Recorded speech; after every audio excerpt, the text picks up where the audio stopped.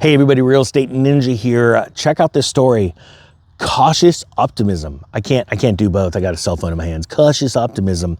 U.S. pending home sales rise for the third straight month in April. I'm going to break down why that's a no-duh situation, but people see that and they go, "Oh, I better get a house now." But you have to realize also why they have to use the word cautious optimism. Pending home sales were expected to rise for the third straight month in April, right? This story also is out of Zero Hedge. After crashing to record lows to the end of last year, right?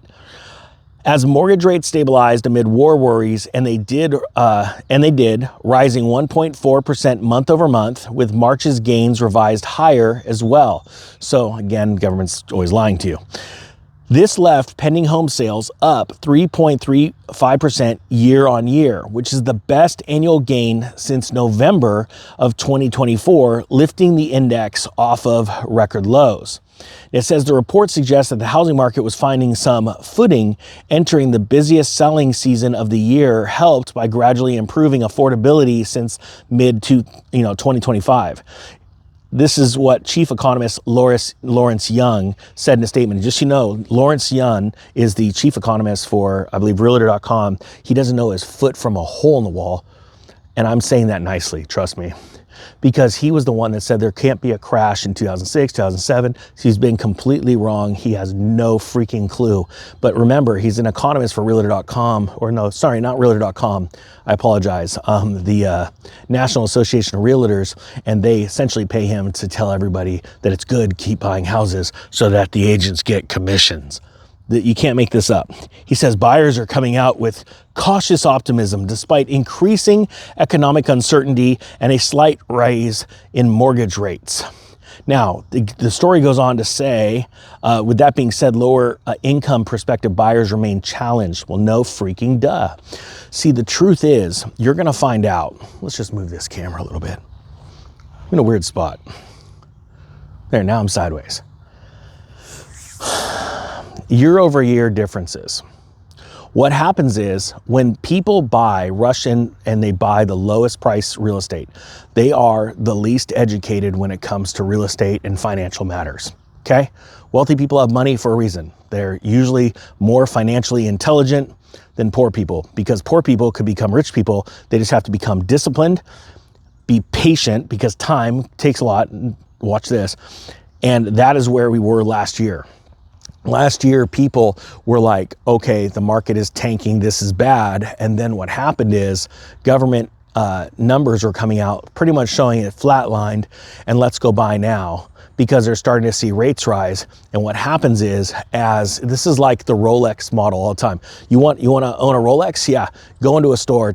I bought it at Swap Meet. My point being is, here, I'll show you. Swap Meet.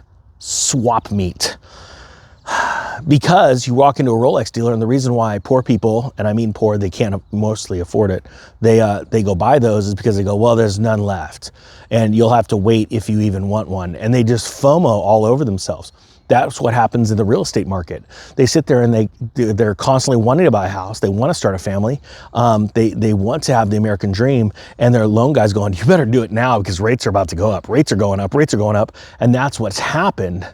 This last, beginning of the year, rates have been ticking up higher and higher and higher, and people are finally just jumping in, and they're jumping in on the cheapest homes. Right now, the $1.6 million market and up is in absolute shambles. The dollar per square foot price is collapsing. I could not be more excited. I'm looking at the California winery industry because I'm looking to buy a small winery because I've lived this cycle in 2008. As a matter of fact, the winery I tried buying in 2009, that went for what, 2.3 million? My best friend built that place. It was a castle, it was huge. It just went for 5.5 and I couldn't get it in time. I'm not saying that to brag. I'm telling you the market is absolutely collapsing. All of these people that started vineyards and wineries and pot grows in California, they're all collapsing. And I want to buy it for the infrastructure. I want the water, I want the land, I want the houses, I want the electricity, the solar systems, because I'm going to go and I'm going to grow food on those. I can't wait. but it takes patience. And that's what retail investors, meaning retail investors in real estate aren't, buying up, rentals. They're buying up single family homes for themselves. They're too emotional and they can't wait, and they're afraid because they're not educated. It's not their fault. You don't get taught this in high school or college. You have to go, live or be under, work under, or live with, or be around or friends with an incredibly, successful real estate entrepreneur to understand these cycles. So that's where we are. And that's all I got. So Real Estate Ninja is out.